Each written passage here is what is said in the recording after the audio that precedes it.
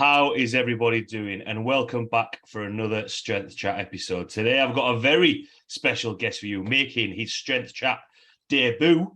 Today, I'm joined by the coach behind the New Zealand Powerlifting Academy. Today, I am joined by the one and only Dominique Basabas. How are you doing? Hey, how you doing, Stephen? I am very well. Thanks a lot for taking the time to jump on. How are you? What's been happening in your world recently? Yeah, I'm good. Busy. Busy is good, for our line of work. We got nationals coming up next week, so just prepping for that. Programs that'll happen afterwards, competition sheets, and all that kind of stuff. Just wrapping up pretty much the peaking bit of the business bit of the program. So yeah, pretty busy. Oh, nice. And how many lifters have you got going to nationals as well? Oh, that's a good question. I got 6 on the men's. I think I've got 9 or 10 on the women's. So yeah, around nice. 16. Yeah. Oh, nice. And I know obviously, things are getting relatively back to normal, but I know in terms of COVID, New Zealand was sort of ahead of the game in terms of, lockdown and being able to keep things ticking over. How did you kind of find things over the last couple of years? Was it business as usual? Was anything affected by that? Or how did you kind of get on? Yeah, we were pretty affected. Well, not with the COVID stuff, but with the lockdowns from a business standpoint, quite a bit. Initially, it was a little bit wild because no one's really gone through that stuff before. We had, I think, 1 or 2 more lockdowns right after, and then we had a really long one. We had like a 104-day one. So what it mainly affected were competitions. And also like face-to-face training. So in that sense, like kind of had to sharpen up like the online side of things, which was always a part of my business, but the on-site, team training has been, a much larger part, obviously, from my end. The face-to-face interactions, like being there live, seeing the movements, but also, like helping create like team training culture and all that's really valuable for us. So glad that's over with, and we're back to like being able to see each other and train with each other. Yeah, definitely. And especially because one thing I picked up on there when you said about sort of the community side of things, I know from because it felt as though the gyms over in the UK had just been shut down for ages. And a lot more people wanted to get involved in sort of the strength sports and train with each other and build that community up a little bit. Did you kind of see maybe a little bit of increase in people looking, for powerlifting coaches or looking to get involved in strength training? We're well, in my opinion, for our scene here in New Zealand, we're kind of in a growth phase of the sport. We have been for a little while now. And what I've seen is more of the growth of the kind of the young new coaches that are really trying to get into it, training up a lot of the I don't want to shoebox them, but a lot of the novice and taking those people in. And there's a lot of established coaches that, well, like myself, for example, my brand might be somewhat intimidating for a lot of those newer novice lifters. So yeah, it's kind of been good that we've had a lot of these like, newer coaches that are taking in and like have that kind of pathway for the novice lifters that are looking for those kind of entry level coaches, or not to, like I said, not to shoebox them or anything, but yeah. Yeah, definitely. And I always think with that because, I started off coaching, novices, when I first started, after competing for a while and then gravitating more towards sort of the powerlifting side of coaching. It's kind of, I always think that if the coaches progress in their experience, then the lifters go from novices to intermediates and they can progress from there, which is only good for the sport to increase that amount of people competing, but also the level of coaches that are coming through as well, to be able to learn from the more experienced coaches out there. From the start, obviously, I did quite a brief introduction. But for anyone listening who doesn't know your background, how you got involved in coaching, your involvement in powerlifting, just want to give a little bit of a background to yourself? Yeah, so for me, I started coaching when I was 16, sports coaching. And but I got into powerlifting coaching around about 2009-ish, and then getting into competing in powerlifting or strength sports 2012. So my intro to powerlifting is actually through weightlifting slash CrossFit. Okay. So I got love for CrossFit, like mainly because like my background, like I said, is from sports and did a bit of wrestling, and then I was like, okay, we've got to get stronger, so let's do a little bit of CrossFit, a little bit of weightlifting, and then powerlifting through there. And at that part of powerlifting time or whatever, or yeah, it's quite green, and there's a lot of the names that you hear nowadays weren't there yet, um, and yeah, it was interesting to me, and I just kind of got into it that way, started competing, and then just never kind of looked back. Oh, cool. And especially with, especially when, we're speaking to other coaches, on the content that you put out there and the lifters that you work with, who are kind of your influences, or when you were starting out coaching, who did you kind of look to and learn from? Because, it's kind of one of those things. It's when people see, your brand or your content, it's kind of interesting to be like, well, who do then you look at and try and learn from? So from my formative years of coaching, there were a lot of loud voices in the industry preaching about, basically how to train and claiming, superior methods over each other. It's still pretty much the same. And the schools of thoughts had like all differing opinions on like sets, reps, intensity, periodization, all that kind of stuff. But you ask about my influences. I like what I like to think is my influence is pretty much everyone, because like most of those loud voices all have relative success in their own right. You know what I mean? Like, or they have like legitimate claims to success, and they're not, like, let's say, just R.I.P. Louis Simmons, like just with the West Side Guys, for example, like I'm sure they don't want to preach about their methods if it doesn't work for them, right? Yeah. Same with the linear periodization camp, same with the DUP camp. They wouldn't preach it if it doesn't work for them. I kind of liken it to you watch football, not soccer, but football. Yeah, American football. Yeah. Yeah. Like I liken it to like football coaches with different playbooks. You know what I mean? Um, Spread offense, like the 22 power sweep from Lombardi, or zone read blocks, all those kinds of stuff. Like, they all have success or proven successful in their ventures. They all just have different playbooks. So for me, what I saw from a lot of those many different loud voices is just basically the sets and the reps and all that kind of stuff. Like we're actually, the athletes are actually more different than they are the same. And it's actually less important. So what I did was basically I paid attention to other things, the commonalities between high achievers. And for me, those commonalities came through like basically the values that sports teach, or it's supposed to teach, that those high achievers have in common, really, right? Yeah, definitely. I think that Yeah, does was that make sense? yeah, absolutely. As I was nodding along, I'm a big fan of an analogy, and I love the fact that you said that, of course, people wouldn't put out content out there if they didn't believe it worked for them or the clients that they worked with.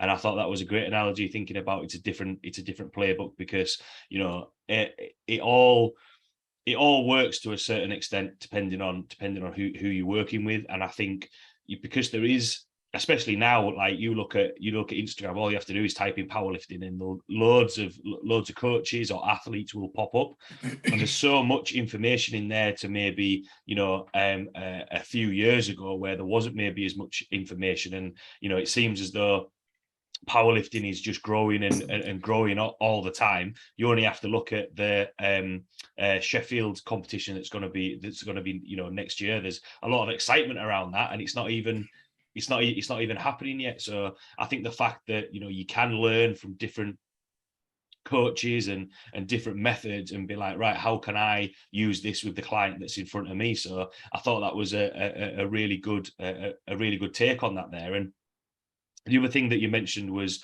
the values. Now, for anyone who has seen your website, your values are sort of right slap bang up there in terms of, you know, how you work as a coach. And I just wanted to, you know, for you to expand on that, and why is that important, and why are those values, why you use those values so specifically to your coaching?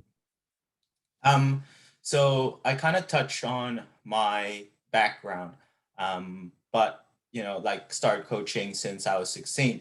But you know, basically from 16 until now, like I've always been involved in youth sports coaching, right?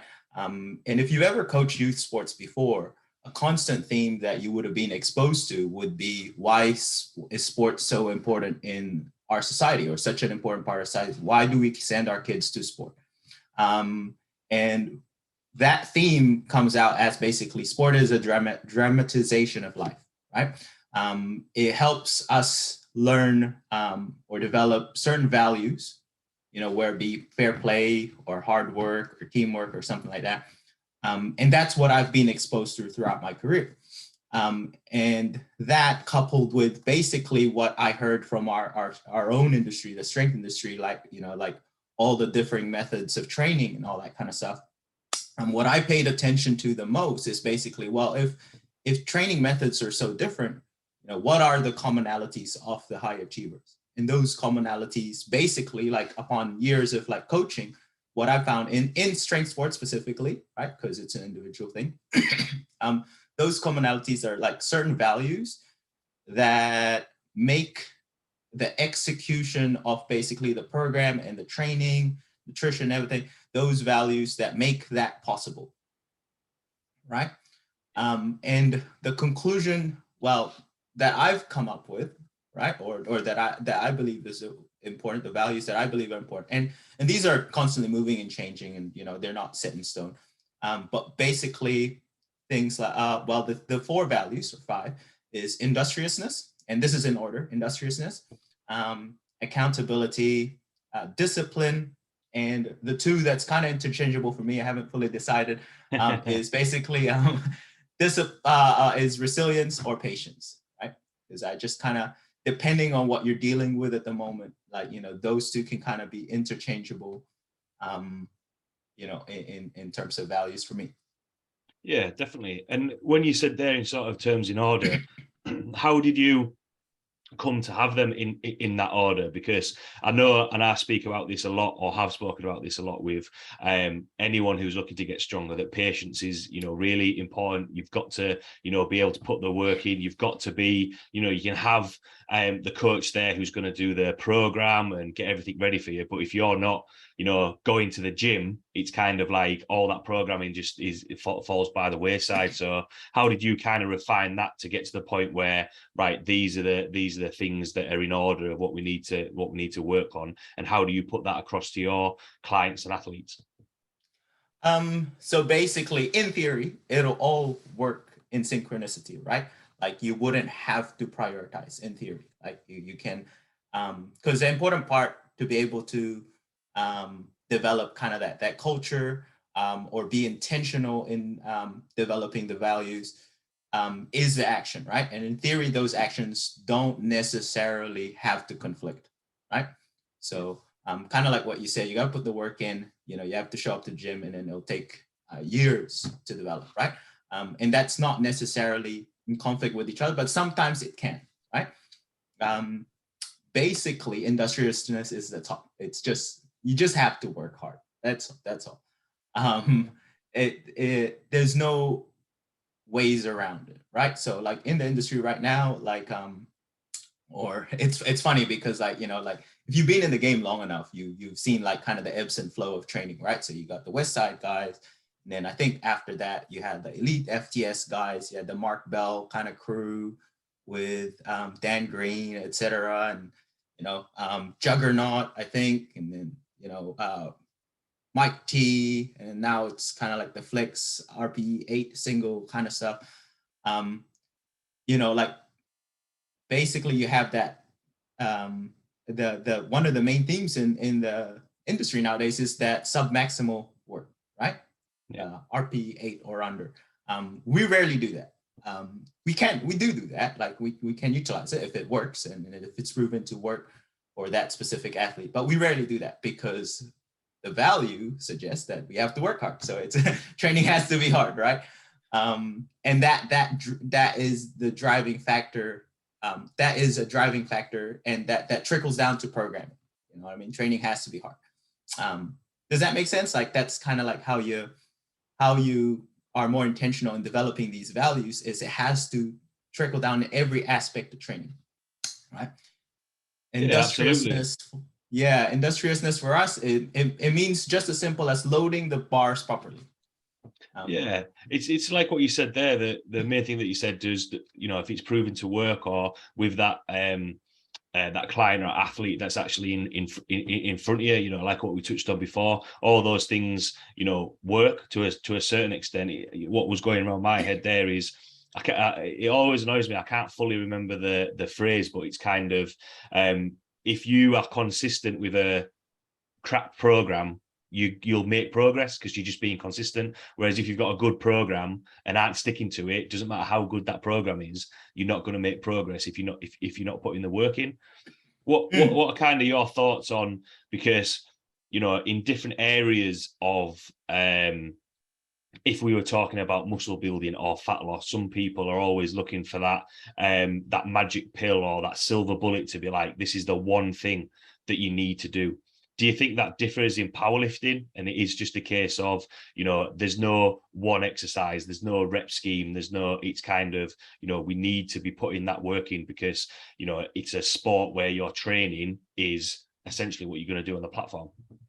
Well, you mentioned it there. You kind of answered your own question. That people think that the one exercise or the one magic pill is, the details. But the one magic pill is, like, in my opinion, are these values. Like it is the work, whichever direction or whichever form that work takes them, right? And don't get me wrong, it's not like, busting your ass every day and just like, probably like my clients will feel like that's what they do, but it's not like, you're maxing out every day or maxing out every set or something like that. Some people, industriousness might be holding themselves back because, or making the right decisions because they constantly, like a better term, they constantly overshoot, and it might be difficult for them.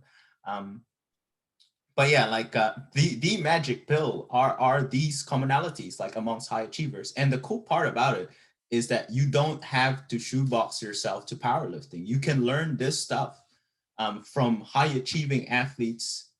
If you're a fan of sport, not just powerlifting, right? If you're a fan of sport, football, basketball, whatever, volleyball, whatever you're a fan of, you just listen to all the high achievers and they all pretty much preach the same thing, you know what I mean? But they're all high achievers in their own different sports, and yeah, in my opinion, these are it. Like industriousness, accountability is a big one, right?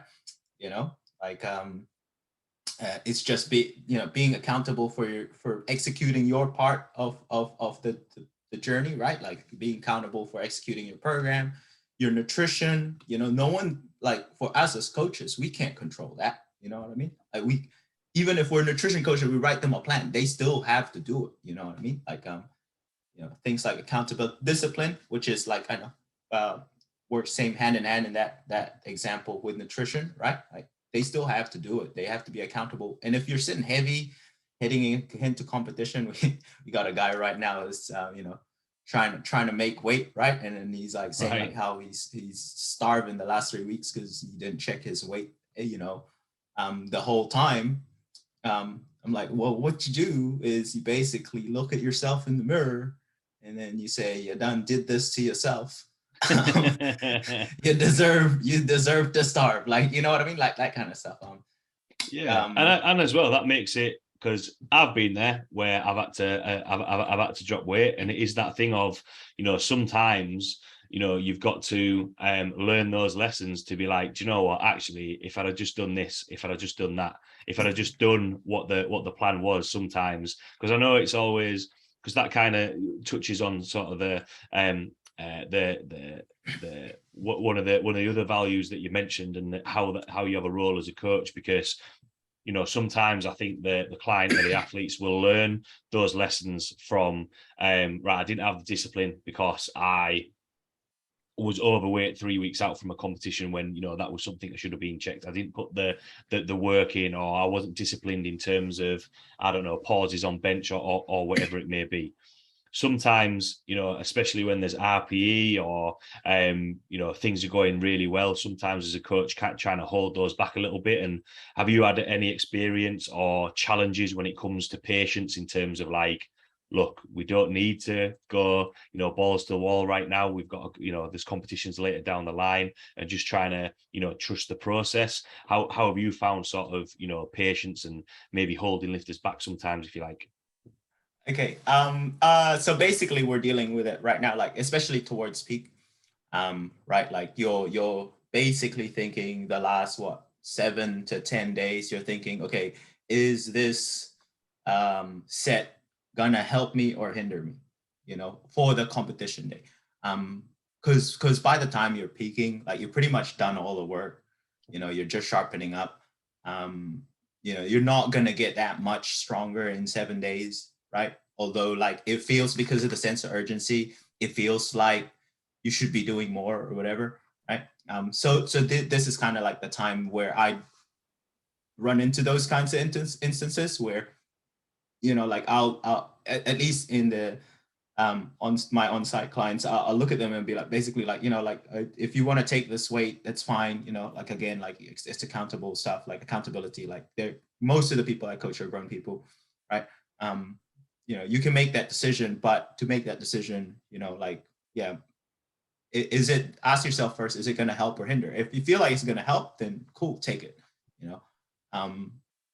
and most of the time, like I don't really, I give people like ranges to work with, right? So long as they work within that range, you're almost like, well, I'm not going to guarantee anything, but basically like you're within the structure that I provided.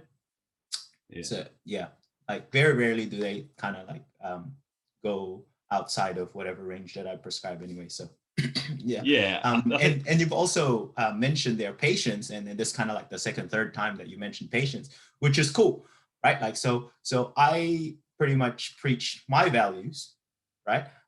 But as we as coaches, we develop and we go through our own experiences.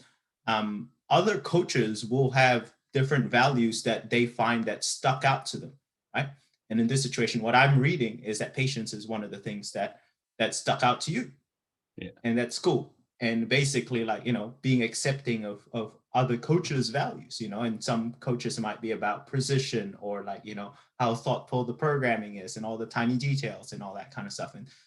And that's cool. And that's cool because you can see it almost resonate throughout their brand. You don't have to be like cheesy marketing kind of cringe, about it. But like, I don't know. That's something that I picked up. You can correct me if. No, it is one of those things, because it's that sometimes there's that thing of maybe, I don't know, maybe it's ego, or maybe it's rushing, but it's that thing of, look, there's strength is a long-term thing. You can always get stronger. But it's that thing of, you need to be putting, like what we said at the start, putting that work in. You need to be following that plan, which falls down, into the other values that you mentioned there. The other thing that you mentioned in terms of having a range as well, people always like a little bit of freedom, a little bit of flexibility, rather than having something really rigid.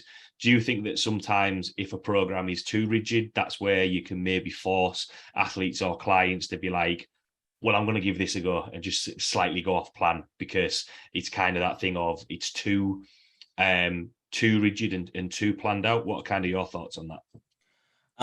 The way I discuss these kind of instances with my clients, and they kind of, initially when you take someone new or whatever, like, they you'll have those kinds of instances, right? And the discussions I have with them really is simple, like, and it comes back to those values. It's like, it's about accountability. Look, like, I'm accountable for refining your program over time, right? But I can't assess the effectiveness of the stuff that I've prescribed if it's not being executed on your end, right? So let's just say simple examples, three sets of 5, right? If you're doing 3 sets of 3, how do I know, especially if I'm not told, how do I know if 3 sets of 5 is working? So that's what I'm accountable for, is sharpening that part of things. But you're accountable for doing that side of things. Now, if you then break program, essentially, or if you break program, then you can't then expect me to be efficient with assessing, the effectiveness of the program. So I'm okay with people doing that stuff. But I'm just like, I just have that conversation of people are trying to do their jobs. You're trying to do your job. I get it. Cool. I'm trying to do my job too. But for us to be able to do our job to the best, possible for both of us, then, we're gonna have to be aware of what our jobs are, right? And then, be accountable for it. Now, you said basically with the rigidity, the more rigid it is, or the assumption is the more rigid it is, the more likely someone will break it, right? That's kind of like a diet kind of thinking, right? Well, the way some people need to learn rigidity. Let's put it that way. Sometimes, does that make sense? Like, sometimes the thing that's holding you back is because you can't follow structure, right? Sometimes the thing that's holding other people back is because they can't auto-regulate well, or they can't make those decisions. And depending on your assessment of the athlete and what you think is holding them back, and that's kind of like your job as a coach, right? Depending on your assessment of the athlete, that's the conversation that needs to be had, and that has to trickle down through the programming. Does that make sense? Yeah, absolutely. And I'm really glad it's sort of you mentioned that in terms of, sometimes people do need structure. That's the whole point of, that's why people look for coaches, and, try to have somebody there. It's a little bit like, I always use I don't know why, but I always use the analogy of a car. It's a little bit like you wouldn't try and fix that yourself. You would go to a mechanic and you would help from there. And then when they say, this is what the issue is, you don't be like, well, would it really be this? Would that might be the thing? Yeah. It's like sometimes you need those answers to be like, this will get you strong. This is the structure that we need, and this is going to get us from point A to point B. And I thought it was really good when you used the analogy there of I'm coming from a rugby background to then, what you think is an individual sport. Yes, you are an individual on the platform if it's weightlifting or powerlifting. In a rugby team, everyone's got their job to do on the pitch. And if everyone does their job, you're more likely to score tries or win or whatever it may be. That's the exact same thing when it comes to a coach and an athlete, or a coach and a client. Of, there's job lists for both parties there. And you can only find out if things are working. Or what I thought was really good, what you mentioned there, is how can you make sure that it's as an efficient plan as you can to get you from point A to point B. But if you don't know what's going on, or there's not communication, which I kind of picked up from there, then you're always going to be fighting an uphill battle. One thing that I wanted to touch on as well is because obviously we've spoken about, a lot about the values and the training side of things. Have you ever found that sometimes with all those things in place, that maybe it doesn't, the end package doesn't always come to fruition on the platform, that maybe sometimes athletes or clients struggle with competition day? And how do you kind of manage that a little bit if plans have been in place, but for whatever reason, it's not being executed on competition day? If that kind of makes sense. Sure. For sure. Okay, cool. Like, so firstly, the way I view competition, and it's funny how kind of, for me, people talk about like longevity in the sport, but then the way they act is basically they act as though their next competition is their last, right? They act as though it's like, man, this competition is going to be a big one. It's going to be a big one. It better come right. Like, it better be good. Like, for me, I'm not so afraid of failure in that sense, right? Like I'm not so afraid that the next competition won't go according to plan, right? You just don't have time to think about the possibility of failure, right? So you'll set out, basically the way I approach this is you set out the work, okay? And then the task is to, let's say, like, oh, well, okay, I'm coaching someone right now that's somewhat of an important competition, like Carlina. She's trying to total 600 at 76 this next comp, right? Set out the plan. So, and the task is to achieve 600. That's the task. It's set. If she doesn't make it, then she doesn't make it. That's fine. You know, that's not her last competition, you know. But we don't really consider the thought of failing in that sense, right? If she doesn't make it, then we assess, okay, well, for her, she's pretty good at doing her job, right? She executes the program. I'm there pretty much all the time when she trains. So like, we'll bounce ideas off, like, okay, how do we do this better? How, you know, so then we can accurately assess the machine or the program.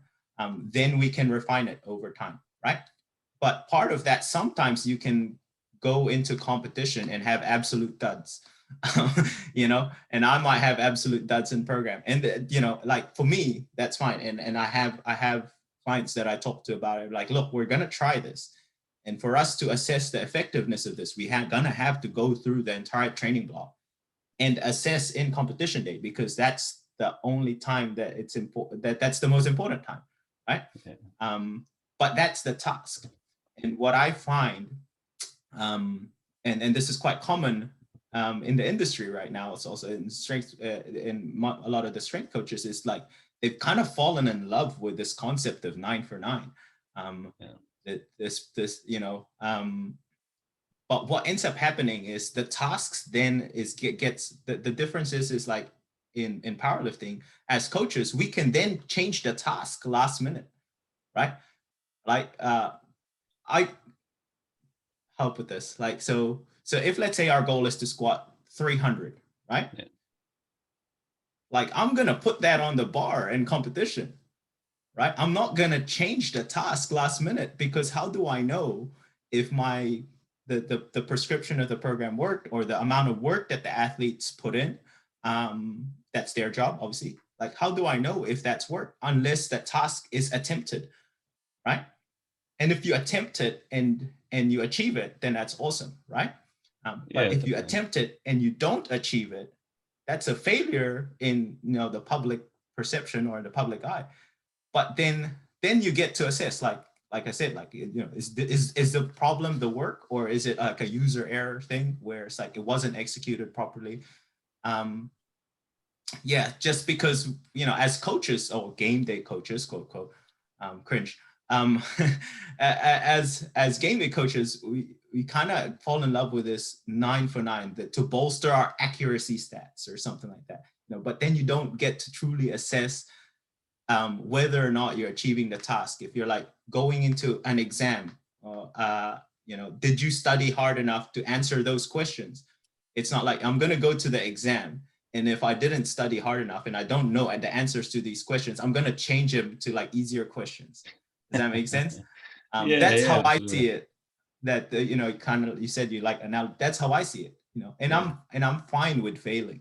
You know, and I know some athletes aren't, but like, I make it known to my athletes that I'm okay if they fail, or if the success in training isn't repeated in the platform, or, you know, it's okay for me, because then we get to sharpen the, you know, whatever it may be. Maybe the program, it may be the nutrition, it may be that, like, you know, you're training under false positive situations where you're like training heavy, and then you can't repeat that because, you know, you're just basically, you know, I don't know, squatting in a different body shape than what you were in training. But yeah, we don't get to truly assess that if we don't put it on the bar, if you know, and if you're too afraid to fail, that you don't actually test the task. Yeah, absolutely. I think it's what I kind of got from there, because it's that thing of, again, coming from a sort of a team sport background, and obviously you mentioned about, coaching sport there. It's that thing of, you're never going to go through an entire season, undefeated. Sometimes it does happen, very, very rarely. But you are going to learn more from a loss, to be like, right, okay, so what did we do there? Right, well, we did do this or we didn't do that. And I think sometimes that's going to be, you need to assess what's going on from there. And if the task is, like what you say, squat 300, right, then that's what we're going to aim for. Obviously, if you only got three lifts, obviously it can be the assessment of, right, then what can be improved from there. Sorry, go on. But that's what I mean. Like, you don't have 3 lifts. Like, your next comp is not your last. You have 3 more lifts next time you compete. But that's how people think. That, you know what I mean? Like, you have a limited number of steps. I understand. I understand the way of thinking. And we're not going to be silly with it, right? Like, we're not going to set goals that are completely unattainable. Like, if I squat 150, it's like, no, I want to squat, 250 in 6 weeks. Like, it's not going to be that kind of level of silliness. Um, uh, but the next comp is not going to be your last. You don't just have 3 squats. You have 3 after that, and then 3 after that. Like, it's okay. Yeah. If that makes sense at all. Definitely, because it's that thing of, and I literally had it.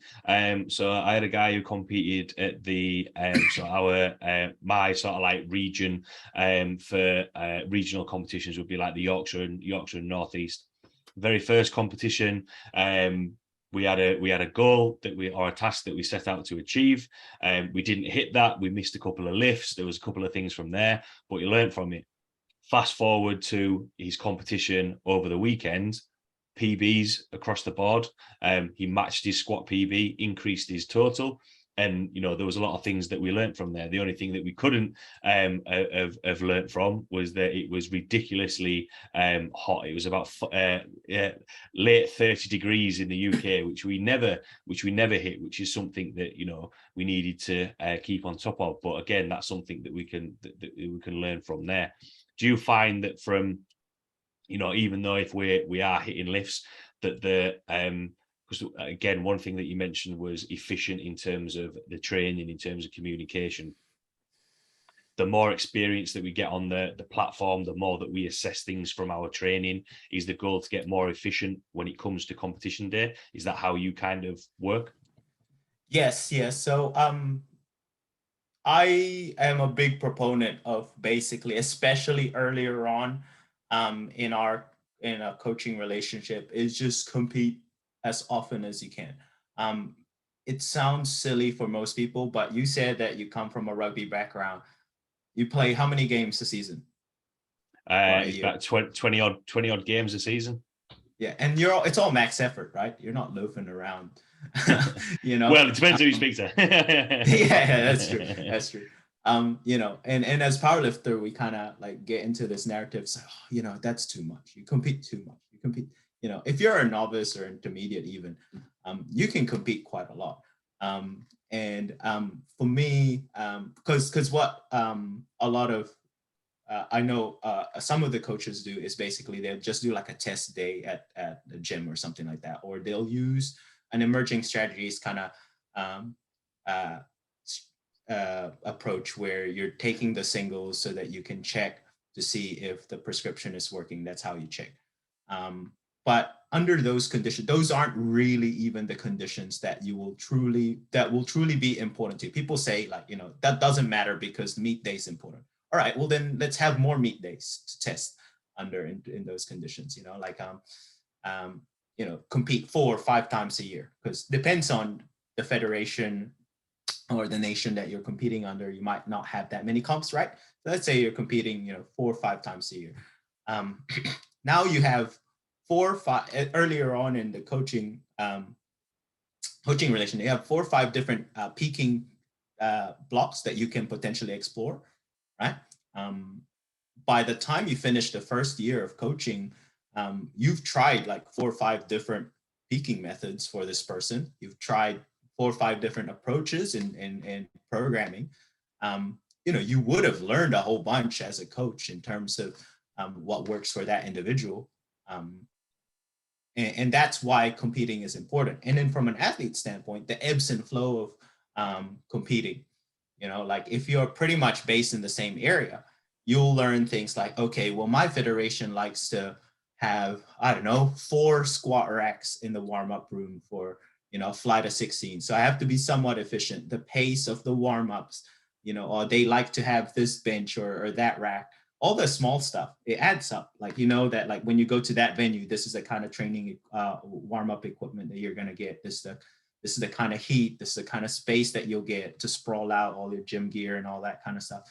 And then, a few years down the line, you're quote seasoned athlete, and you would have learned a whole bunch, and you know exactly what you're doing on the more important parts of your lifting career. 2-3 years down the line, ideally you would have developed, right, to a contender, but by then there's not a lot of uncertainties, and yeah, you're competing, making weight, you're lifting when the bar is loaded, not when you're ready.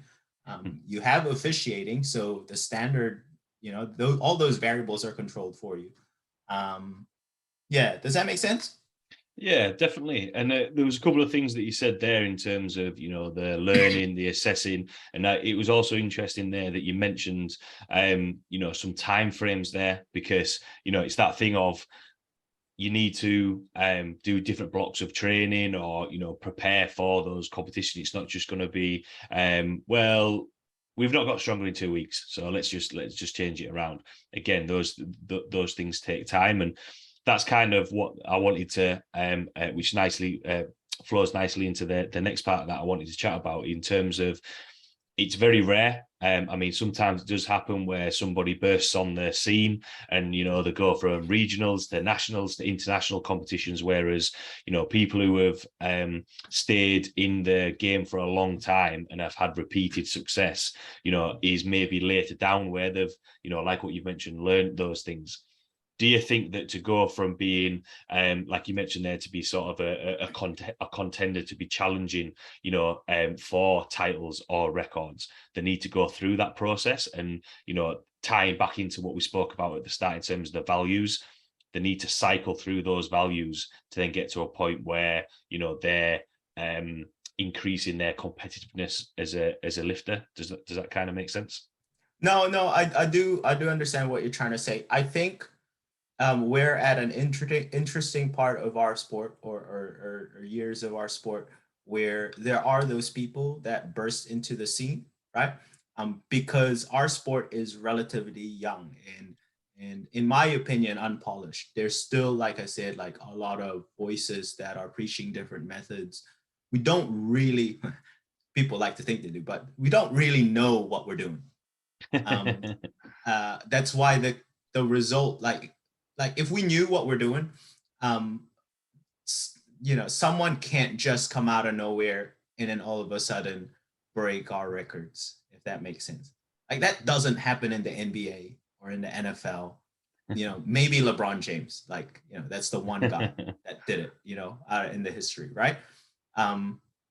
So we don't really know what we're doing. And that's why, like, a lot of these people come out of the woodwork.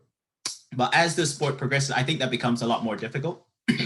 Then you do have to go through that process of taking, I don't know, depends on probably for me, like the athletic background of the person. It might take 2 to 4 years. It might take longer, and to go through that process of learning all these things, learning about your own programming. It makes it a lot harder when you jump around coaches, right? You jump around coaches, or you like change your technique a whole bunch, throughout the 2 to 4 years. Because then, like, kind of like what you said, like, take 2 weeks, like, oh no, this isn't working, we're back to the drawing board, like, then you're constantly changing stuff. So it's really hard to truly test, right? So like if we were to try like a training method, like in a program, or like maybe we go from heels to flats on squatting or something like that, we would commit to the whole training block and then go into the comp. And if you shit the bed, you shit the bed. Sorry, am I allowed to swear? Of course you can. Of course you Yeah, can. yeah. If you shit the bed, you shit the bed, right? And be like, okay, well, throw the heels out. You know what I mean? Like, it's just one of those things that some people do have to go through that. And I think as the sport develops, pretty much everyone will have to go through that, and it will take years to get good at the sport. But because our sport's so young, you would get these quote unquote freaks come in, and all of a sudden they're a contender. And I understand why it's like that. Yeah, I thought that was quite an interesting point. It might be a little bit of a tangent, but one thing that you said there is the athletic background of the athlete, and you do kind of see people coming from other sports, giving powerlifting, strength training a go, because it's kind of they already maybe have done some strength training to some extent from a sporting background.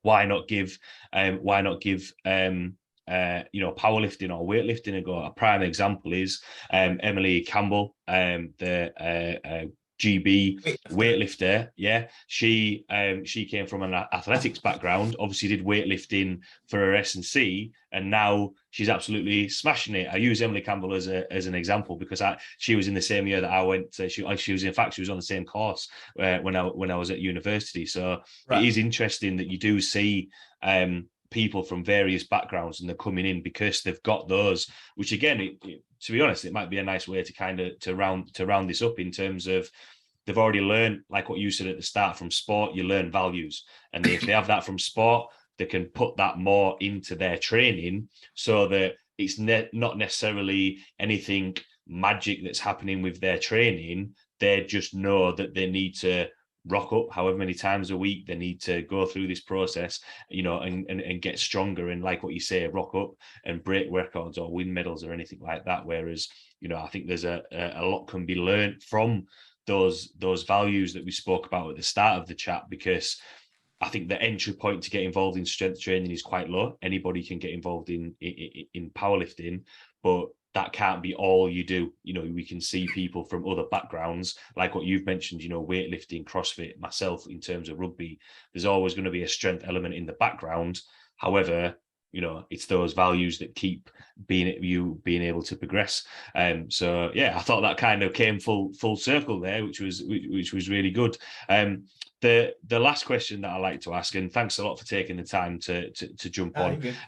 Some really good topics of conversation there. But the last question that I like to ask, for everything that we've spoken about there, what would be your take-home points or words of wisdom? To who? To coaches or to coaches, lifters, whoever's listening? Okay. Find answers no matter where they come from. Don't be married to your process. Don't be married to your way of doing things, because the outcome is the priority. As coaches, sometimes we get up in our heads, and then we kind of get in love with our process, that when a poor outcome is presenting itself, or a mediocre outcome even is presenting itself in your face, you're then doing a whole bunch of mental gymnastics as to justify why the process is okay, but the outcome isn't, right? Yeah. Just basically like Bruce Lee said, be like water. And in this situation, like, your athlete is the vessel, right?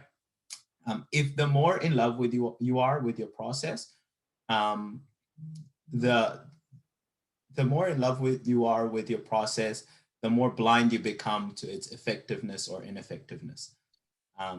If that makes sense. Love is blind. Absolutely. I thought there was some rehearsed answers there. I thought that was really good. It is that thing of, there's that, again, I'm the worst with, I love analogies, but I'm the worst with remembering quotes. It's that thing of, if you feel like you've got the answers, then you need to go find some more. Like, it isn't, there's always different things that you can learn, and work with that person that's in front of you. So yeah, I thought that was some really good words of wisdom to finish with. Yeah, I'll give you a rehearsed answer. Okay, ready? The less you know, the more you think, and the more you'll learn. Hopefully I can remember that one. You do better than me than remembering quotes from there. I like it. But also, if they made it through all my my rants like throughout this podcast, hopefully they get to that part of the That's it. Everyone keep listening. Yeah, thanks a lot, Dom, for taking the time to jump on. Really enjoyed chatting with you today. For anyone listening who might have any questions about what we've chatted about today, reach out to you and ask questions, or see the content that you put out there, or even get involved in coaching with you. Where can people find you or reach out to you? I'm probably the most active in Instagram, NZ Powerlifting Academy. Just that NZ Powerlifting Academy. Instagram's probably the one that most lifters or probably most of your listeners will go through. Yeah, definitely. It's the all-conquering Instagram. That's where everything is. But no, thanks a lot for taking the time to jump on. Really appreciated it. Thanks a lot to everyone listening, and I will see you all next week. Thank you.